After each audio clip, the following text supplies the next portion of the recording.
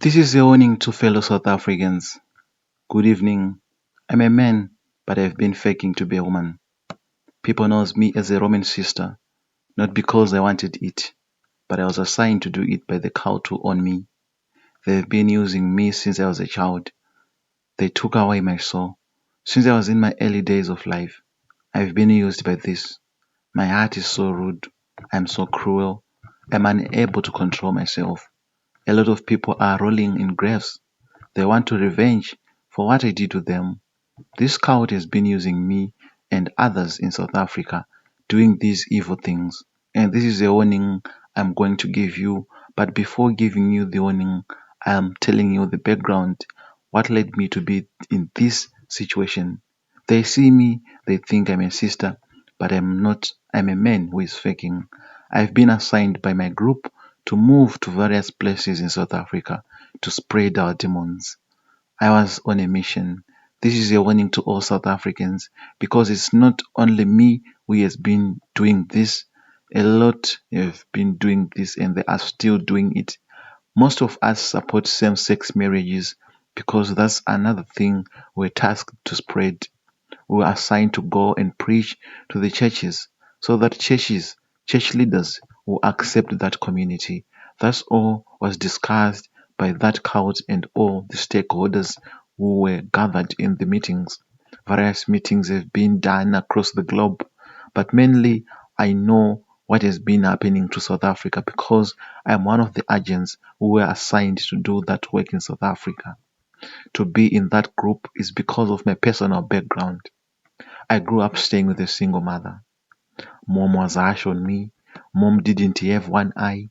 It was removed by my father whilst the two were fighting. Is that mom finished school when she was still a girl. She finished school.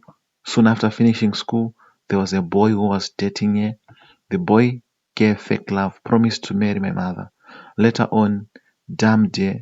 After being dumped, my mother became clueless because after being married, they moved to another place which is far away from South Africa. In fact, to another country, to Tanzania from South Africa.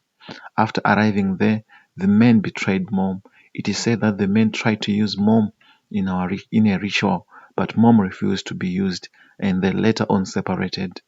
Mom struggled to go back to South Africa.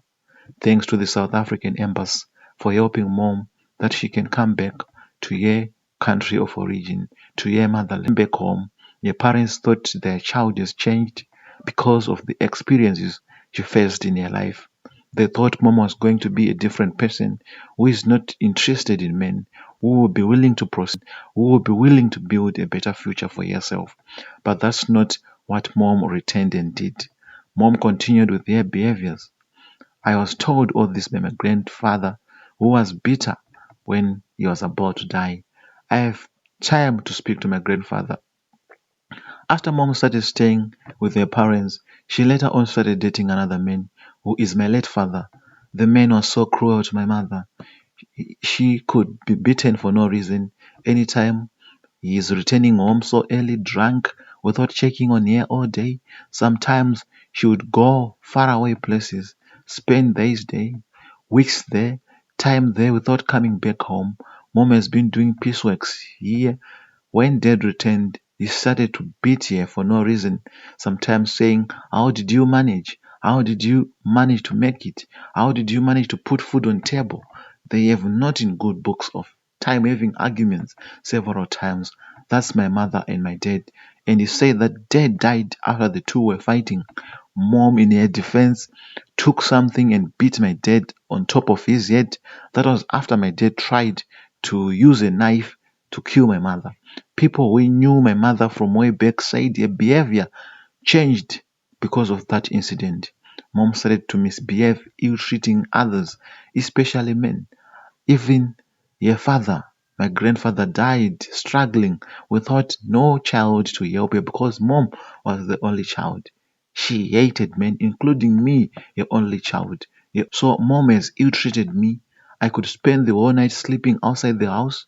When one of her boyfriend visits, I'll be thrown outside, sleeping with friends who came with their children. As of me, I can told to leave them. I could be told to distance myself from them.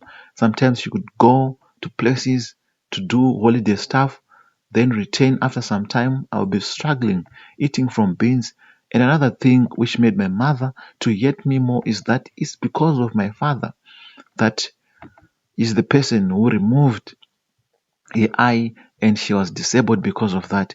And she always told me, if it was not your father, I was going to be married somewhere, enjoying my life. But men no longer love me because I'm now ugly. I'm now no longer beautiful like what I was. It's only because of your father. I was going to be okay if I never met your father. I hate you because of that. So this is what my mother has been always doing to me, and this created this other behavior in me. I became cruel and harsh as well. I started to believe that nothing is useful in life. That was me after being ill-treated by my own mother, and later on moved from the house when I was 8 years, and I started staying in beings with other children who were street kids. We were staying, six of us. During the day, we could be in town with our plastic bags, going from bin to bin, begging from people. Then we would go to our drains, then enjoy eating the food. We were very united. We shared our experiences. We loved each other, six of us. And there's this day, someone, a stranger, came to our place. As we usually do, it's a bush area. Most street kids in town stay there. But if you see someone who you suspect that this is not a street kid, this is someone who is coming to take one of us or attack one of us, the person will be attacked. This is what we did to that man. We attacked him to such an extent that he was unable to walk and lied closer to the place where we were.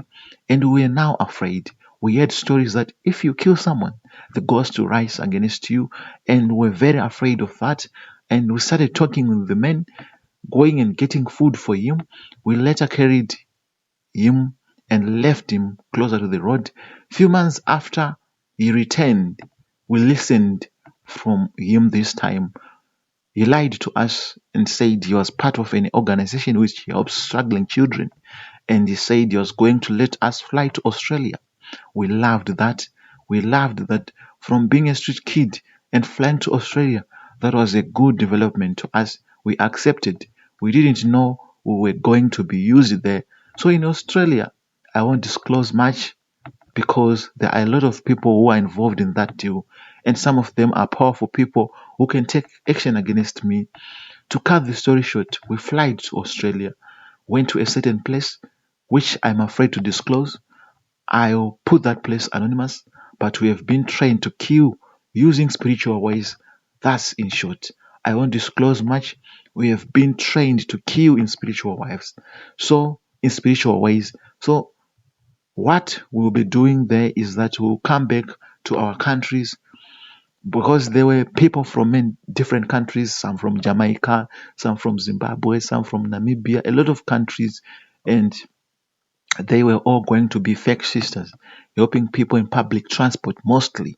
And this is a warning I'm giving to all you South Africans because I want to quit this. I'm thinking to quit and kill myself if there are no solutions. If someone in public transport offers to pay bus fare for you, never accept. If someone at restaurant pays food for you, never accept that. You should properly check what is making him or her to do that. If someone you know, especially a sister, that's people in our team and that's what we are trained, the person we give that transport to face difficulties in his or her life. Some lost their pregnancies because of we mainly target women, sisters. We yet sisters lost their pregnancies, their weddings. Some are not getting married, their relationships, their marriages. Some are abusing drugs. Some are stealing. Some are involved in robberies and other serious offenses. Later notice that they didn't understand why they end up committing such an offense. That will be the spirit in him or her that will be using here. That's my confession as part of this, but I'm still in process to quit this, and I just feel this is time to help others so that they stay safe. I hope you post this story for me, Solution Uncle. Thank you in advance. Thank you so much, my sister, for sharing such a helpful story with us. we have learned from your story. Listeners, I hope you were listening to this. My sister, killing yourself is not the solution. There is a lot I'm going to tell you. I'm truly sorry to hear that you are in such a distressing situation. This is incredibly seriously matter, and it's important to address it with the gravity it deserves. Here are some steps you should consider. I have steps I'm going to tell you. The first step is acknowledge the gravity of the situation. The second step is immediate safety. The another step is legal accountability. Another step is seek legal counsel. Another step is psychological support. You need psychological support.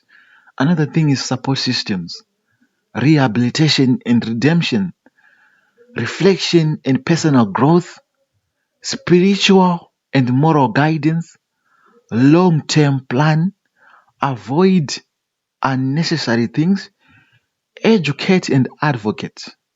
And I'll start to explain from the first point, which is acknowledge the gravity of the situation. My brother, you have to realize the enormity of what has occurred. Taking a life in irreversible and has profound consequences for victims, their families, and yourself. Understanding and accepting the weight of your actions in the first steps towards addressing the situation responsibly. And when we move to immediate safety, if you are still involved in this scout, your immediate safety is paramount. Cows can be dangerous and living can be risky. Ensure you're in a safe place where you can think clearly and plan your next steps without fear of retribution. And on legal accountability, you need to take responsibility for your actions. This will likely involve contacting law enforcement and confessing your involvement in the crimes. This is a difficult step, but it's necessary for justice to be served and for you to begin any kind of redemption process. The legal system is there to deal with such matters, and turning yourself in uh, in in is responsible thing to do. And the number four was seek legal counsel. Before making any statements or confessions, it's crucial to seek legal advice. A lawyer can help you understand your rights, the potential legal consequences, and how to navigate the legal system. They can also provide guidance on how to approach law enforcement and what to expect in terms of legal proceedings.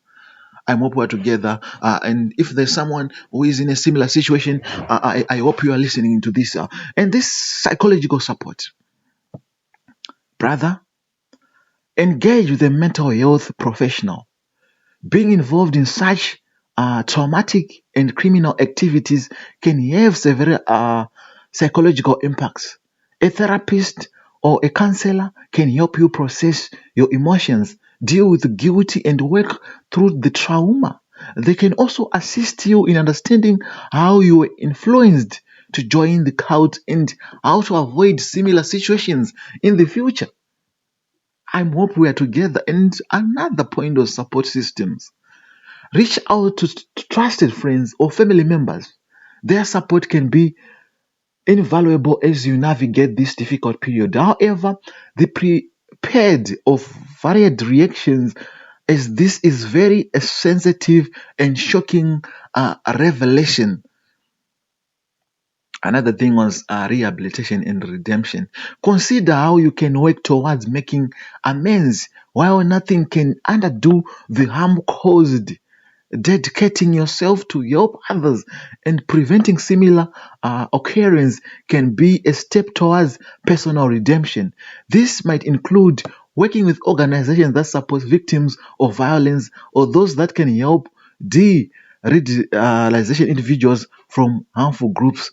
Extraordinary Africa is there for you, my brother, and other people who are in similar situations. And another thing was reflection and personal growth. spending time reflecting on how you were drawn into the crowd and what personal vulnerabilities were exploited. Understanding this can help you rebuild your life, ensure you don't fall into similar traps in the future, engage in activities that foster personal growth and ethical living. Simple as that.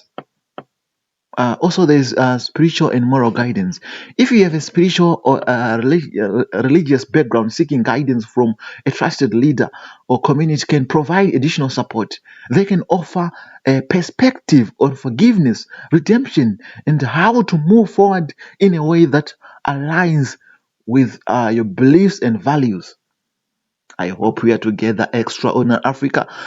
And there was this other thing, a long term plan. Develop a long term plan for your life. Post accountability. This should be include steps for continuous personal development, ways to maintain mental health, and strategies to reintegrate into society constructively. This plan can provide a roadmap to help you build your life. And my conclusion is navigate this situation requires courage, honesty, and a commitment to making things right as best you can. Each you can take towards accountability and rehabilitation in a step towards building a better future for yourself and those affected by your actions. Seek support and take responsibility and work towards making amends.